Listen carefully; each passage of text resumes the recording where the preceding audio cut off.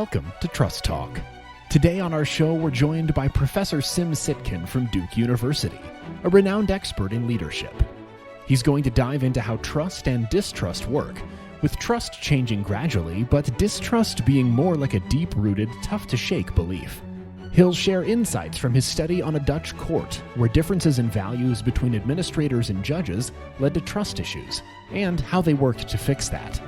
We'll also hear his thoughts on why qualities like competence, benevolence, and integrity are crucial for building trust, and how companies like Ideo use control systems to actually boost trust. Sim sheds light on the importance of ethical leadership and how both immediate actions and broader systemic changes can influence trust. Plus, he'll discuss the role of a leader's relationship with their team in building trust.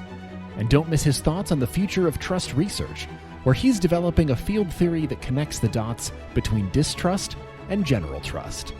Your host today, Severin DeWitt. Sim, it's quite a pleasure to have you as our guest on the Trust Talk podcast. With your extensive research background, we believe you are the ideal person to kick off our discussion with the following question. Are trust and distrust essentially two sides of the same coin? The answer is yes and no. Trust and distrust do exist on a continuum. However, the way I like to think of it is think of trust as a smooth curve where you can build up incrementally or go down incrementally. Distrust is qualitatively different. Distrust involves a pervasive perception. So in other words, it's not the same as low trust. I can have low trust in you in one domain and high trust in another domain. With distrust, I have now written you off. I no longer will consider what you say or what your intentions are. If you do something positive, I'll probably think, oh, he must have an ulterior motive for that. He's trying to trick me. So when you're in the distrust domain, whoever or whatever institution you're distrusting is completely negative, and it's very hard to get out of that. So if you think of trust and distrust, trust goes from low to high in kind of a smooth curve. Distrust is like a basin at the bottom of that curve. Once you're in that basin, it's very hard to get out of it. So in that sense, it's qualitatively different from low trust, but it is at the bottom of this continuum. Can you explain how people's shared values and worldviews affect trust or distrust, given that trust and distrust are, like you said, quite different and have distinct factors? Yes. So one of the triggers of distrust is if I believe that we have what we refer to as value incongruence. If your worldview is fundamentally different from mine, if your values are different from mine in a fundamental way, I may just say, he's looking at the world a different way than I am, and it doesn't matter what the details are. Values are relevant to trust, but it's not as discrepant. So congruent values definitely help trust, but we can have moderate agreement on our values, and that might reduce my trust a little bit. But when they're fundamental, important, and incongruent, now you're in the distrust domain.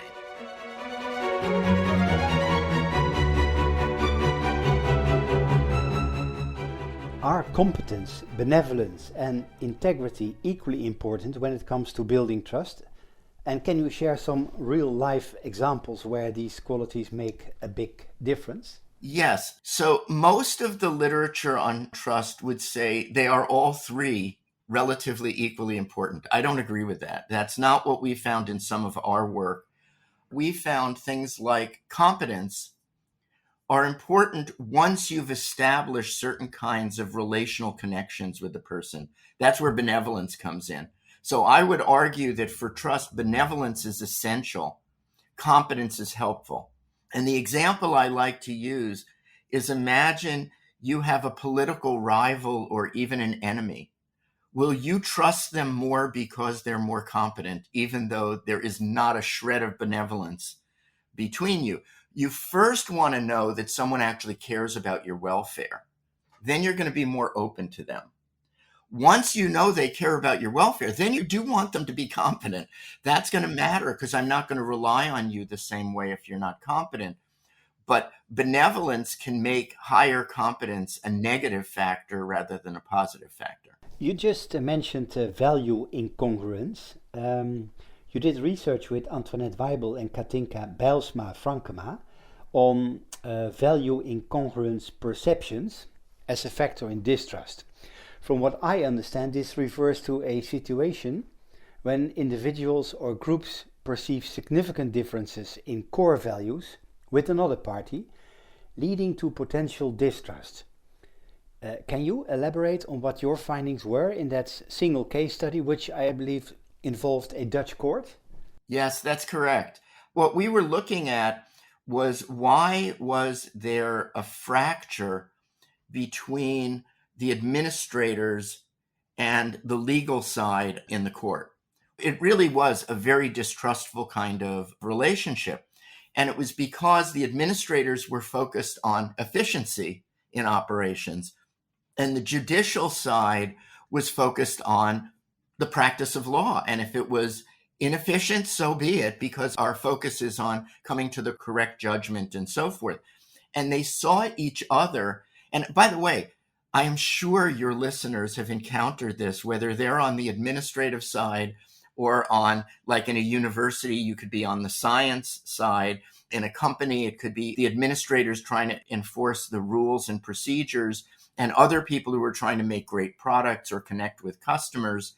There's an incongruence between what's being prioritized and sometimes even what the fundamental values are that are being pursued.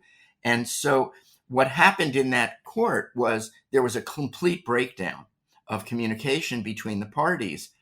And by looking at the factors you can use to ameliorate distrust and begin to build trust, and they're not exactly the same thing. You mentioned competence, benevolence, and integrity. That's the way you build trust. That's not really how you address distrust issues.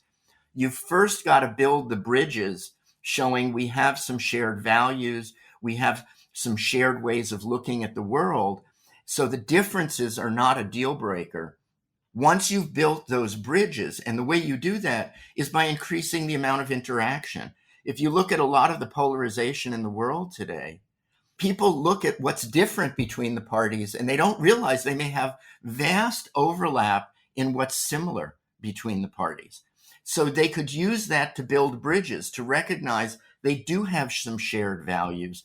They do have some common practices that they want to uphold, but they're not focusing on that. They're focusing on these fundamental differences, which may turn out not to be so fundamental upon greater examination. And that's what we found in the court of law, that once they started doing that, they were able to build the bridges and reconnect, interact with each other more. And as a result, they could start building trust. I want to talk about trust and the role of control in organizations. How do formal and informal control mechanisms play into trust building within an organization? And can you provide examples of organizations that have successfully employed these controls to enhance trust? Some of my early work challenged some of the received wisdom about how control related to trust. And now with my colleague Chris Long, we've been doing a lot of work since then, and some work with Katinka Bijlsma as well. The traditional way that sociologists looked at the relationship between control and trust was that as you build control mechanisms, you reduce trust, because if things work well, people will give credit to the system, not to the person. So it may build trust in the institution, but it decreases trust in the individuals. That was the traditional sociological point of view. I challenged that because there are many things that are just everyday annoyances and distractions. And by creating systems that are supportive of what we're trying to do, it actually makes my life easier, and it allows us to engage in interaction around, let's say we really do have a difference, but we've already established 70, 80, 90% of what we do is routinized. We agree, it fits with what our priorities are. We can work out the other 10 or 20%. So formal systems and informal control systems as well can eliminate a lot of points of conflict and friction that are not essential. They're not that important, but they can really lead to less and less trust between parties. And probably people have seen this in their own organizations where there may be two people who now, if you say yes, I immediately say no because we've got this history of antagonism. And if you say yes, I assume there's some ulterior motive, so I oppose it. This is what diplomats do, by the way. Start to build the common ground. You had Nick Wheeler on, and this is the kind of thing that Nick Wheeler looks at. If we can start to build that common ground, then we have the opportunity to really leverage the control systems, both formal and informal, to build stronger and stronger trust over time. Where, again, I hope many of your listeners have this. I know it's true for me. I have people where we really have strong disagreements, but we really trust each other because we have some ground rules we've established, and there's certain things we don't talk about, and we focus on the things that we share rather than the things that we really differ on. So I think part of the idea is to build on the old Max Weber notion of bureaucracy as a positive, not just a negative. Bureaucracy solves a lot of problems when it's done well. Similarly with culture, the informal controls of culture solve a lot of problems when they're done well and when they're well designed. But certainly there are cases we can all think of where they don't work well. One of my favorite examples of this is the product design company Ideo. It's considered one of the most creative, innovative companies in the world. They hire people who are these wild and crazy creative types. Yet when they solve problems, they also have a procedure where the phrase that was used is the self-appointed adults come in and say, okay, we've got to stop what we were doing. We're going to shift and we're going to do this instead. Now, why does that work? Why wouldn't the creative types just rebel and distrust the motives of the administrators? The answer is the administrators are also creative types. They know they share the values. Whenever they're not wearing that hat of being I'm the adult in the room, they're right in there being creative and wild and crazy. And the people there know the systems were put in place, whether they're formal controls or informal controls, and they have both. They're put in place to facilitate what we all think is most important, both in our process, in the way we do things, and what our goals are. So I think it's important to establish that basic understanding of who the other person is, what we're trying to do collectively. And when the systems are designed to control us, to help us stay on the right path that we all agree on, that enhances trust rather than undermining it.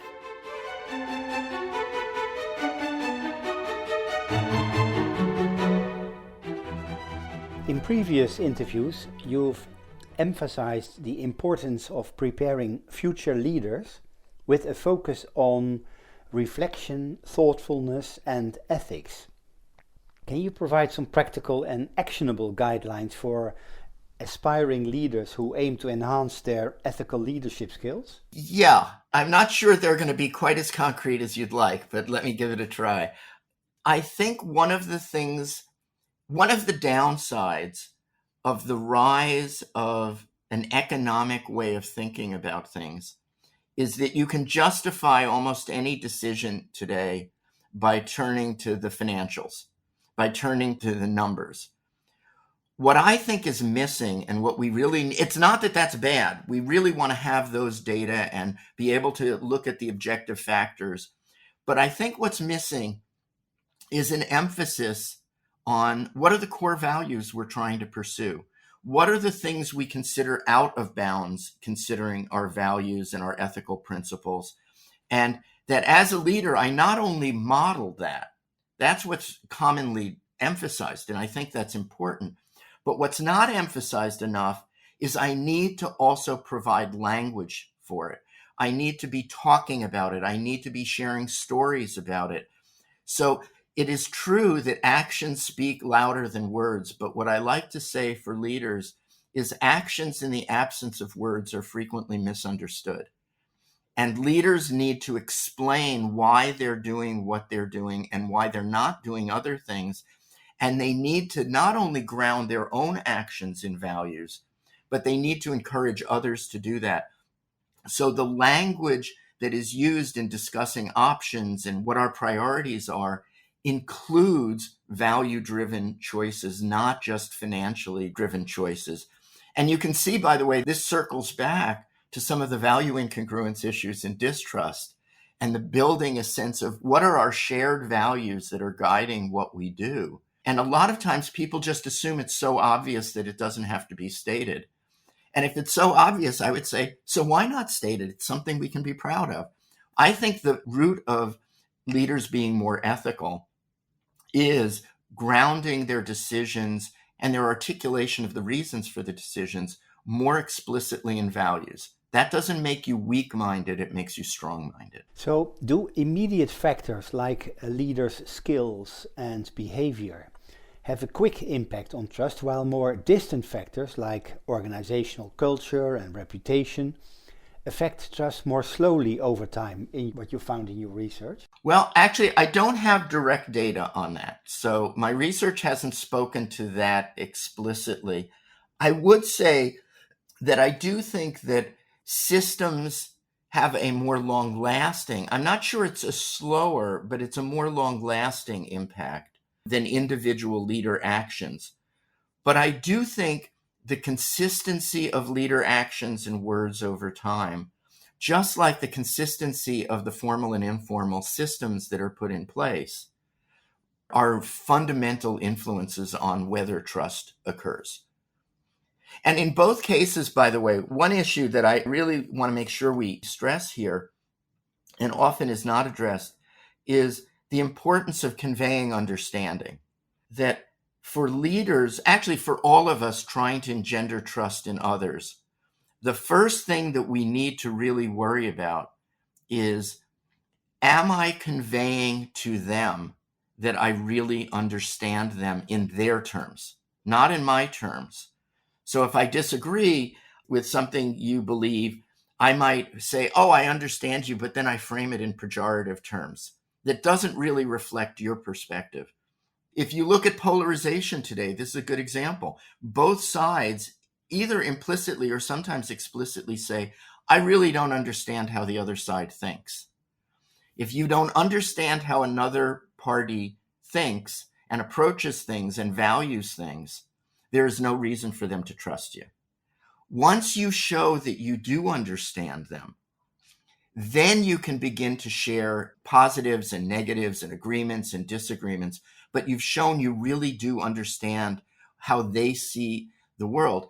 And there is some research, not my research, that has found that if you first convey that you understand the other party in their terms, they are more open to hearing and considering your arguments where you disagree with them. And that's what we have found in our research, that understanding is the building block, that then other things like, now I care about you, so I'm benevolent, I respect you, I will treat you fairly. Those things build on a fundamental conveyance that I understand how you see the world. And I truly understand it through your eyes. Then when I talk about where we might disagree, I have some credibility to build on because you know I've truly connected with you. Recent research on leadership behavior and trust has shown that certain factors like competence, we talked about that earlier, or an ability, don't directly create trust on their own. Instead, they influence trust indirectly through the way leaders interact with their followers. Is that what you just said? I did say that, but let me add one twist to it because I think we can extend that one more step. In our research, what we have found is competence is related to trust, but it's related to trust through in only when it interacts with high levels of positive relational ties. So benevolence, understanding, respect, fairness. Competence alone doesn't create trust. It's only when it works in conjunction with relational ties. Similarly, designing control systems has an effect on trust, but it only works if partly what it's conveying is we've designed control systems that reflect what you're trying to accomplish, that reflect your worldview and values. And when that's the case, those systems really reinforce trust and stabilize it. In the absence of that, those systems are viewed as, or can be viewed as, a negative.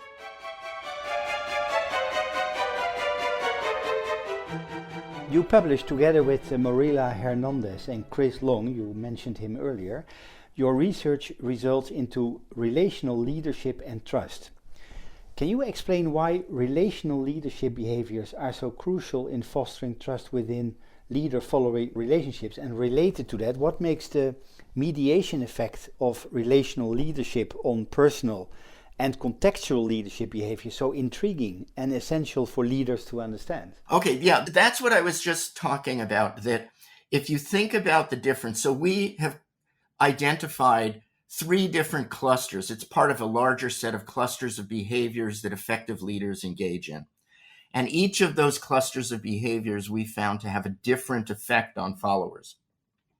So competence is one aspect of personal leadership behaviors. Do I convey to you that I know what I'm talking about? Relational leadership behaviors have to do with, what is my connection to you as my follower? And contextual leadership is me helping you understand the situation in which we're operating.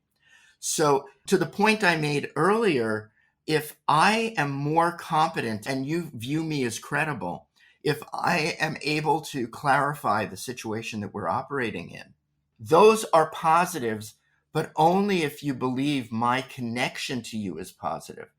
If I care about your welfare, if I really understand what you need, then you're likely to trust me. If I'm more competent in terms of the personal leadership behaviors, or I'm better at making sense of the world for you in terms of contextual leadership behaviors, those are only a plus if I already have, it's mediated by the relational piece of it. A positive interpersonal connection mediates how other factors influence trust. I can't remember in which article it was, but I think you wrote about what you said, a tipping point in the developing distrust, if I may come back to that. Can you explain how organizations or individuals can recognize this, what you call tipping point, and what strategies can be employed to prevent distrust from escalating once this threshold is reached? We don't have really good, clear enough research on the details of the tipping point to give what I would consider reliable, practical advice. But let me explain a little bit about the idea behind it. So remember, I described trust and distrust, where trust is on a continuum. Think of a smooth slope. At the bottom of that slope, there's a basin. Well, there's a lip around that basin that you've got to get over to get into the distrust domain. Getting over that lip is the tipping point. The tipping point is now, maybe you made a mistake and I wondered, oh, is he really competent? You make another mistake and I say, well, maybe he's not really trying hard. You make another one and then another one, and all of a sudden it accumulates. And so the key is, where does it go from you made a mistake in calculating some math, you made a mistake in releasing a report that was premature. All of a sudden, it gets to a certain point where I say, these aren't individual isolated mistakes. He just either is not diligent or not competent or is trying to undermine what we're doing. So the tipping point, it occurs when one of 2 things happens. One is there is an accumulation of negative evidence that reaches a threshold. The second is when you violated something so fundamental that I now question your underlying ability, your underlying dedication, or your underlying values. Now, I do want to highlight one other thing, that I'm also currently doing some work on what's called generalized trust. It hasn't been connected in the research literature, but it's really the flip side of distrust. Generalized trust, I've now decided, not only do I have high trust in you, but I'm not going to question anything you do. I totally trust you. So if you do something terrible, it must have been someone else's fault. If you make a mistake, it's not your fault. Or maybe I revise it so it's no longer seen as a mistake. So just as distrust is a pervasive kind of phenomenon, generalized trust is as well. And there's another example where I'm working with Chris Long on this. And I'm also doing some work with Tony Kong and Audrey Korsgaard on this notion of generalized trust and how it relates to the others. And it's the same thing. You can think of true believers in a movement or a political movement or their belief in some leader of their cult. They've now moved into generalized trust. Well, again, there has to be this tipping point where they go over a threshold and then they're in the basin of generalized trust. And it's very hard to get them out of that basin. That's a dilemma. Political scientists will say, we really don't want a lot of generalized trust. We want people to be more thoughtful, that we want them to be more critical. You want them to have an orientation toward trust in our society's institutions and our leaders and so forth, but not blind trust. Like Pipa Norris, yeah. Yeah, and generalized trust is a form of blind trust where it's now, I'm no longer questioning anything. And as an effective leader, that's not what you want. You don't want people to distrust you, obviously. You don't want generalized trust either. What you want is people to be thoughtfully and critically high trusting. You refer to your yet unpublished research with Chris Long and Audrey Korsgaard and Tony Kong. Did you there suggest we have the opportunity of developing a general field theory that incorporates current scientific silos? That is our hope. Audrey and Tony and I are working on a more in-depth look at generalized trust. Chris and I are working on, I feel like it's a little audacious to call it a generalized field theory. You know, the work on distrust, the work on trust, and the work on generalized trust have really been somewhat isolated. And we're trying to develop this integrative approach to thinking about in what ways are they really different and in what ways are they similar. And then to get to your earlier question, what are the factors that push you into generalized trust or distrust? And what are the remedies that allow you to help people get out of those basins?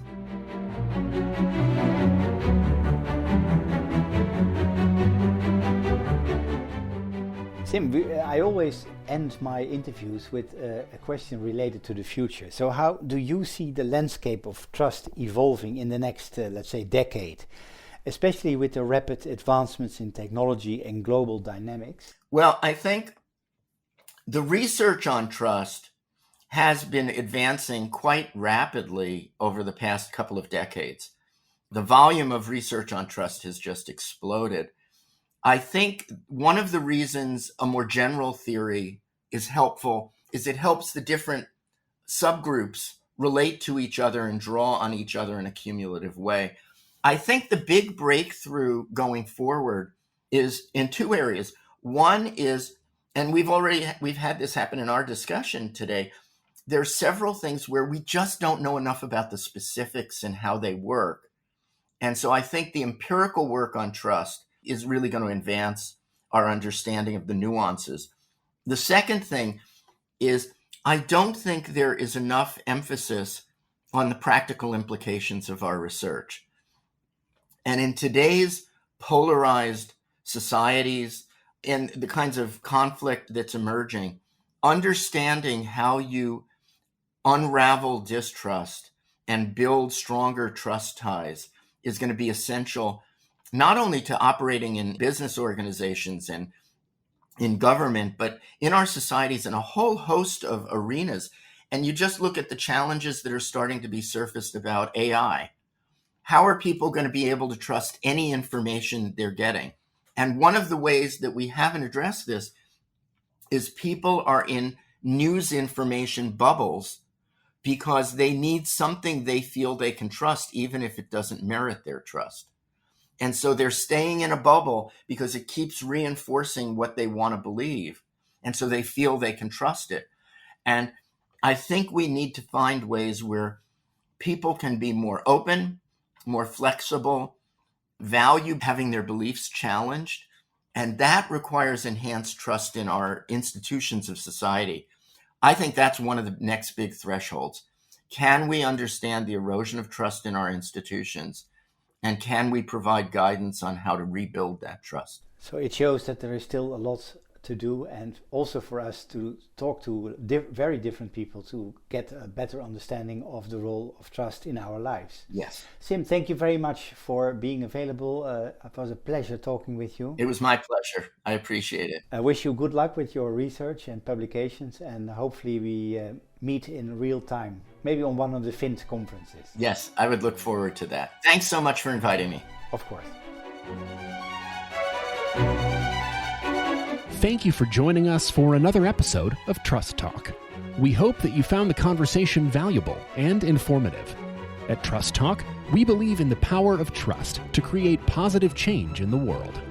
If you believe in our mission, we would greatly appreciate your support.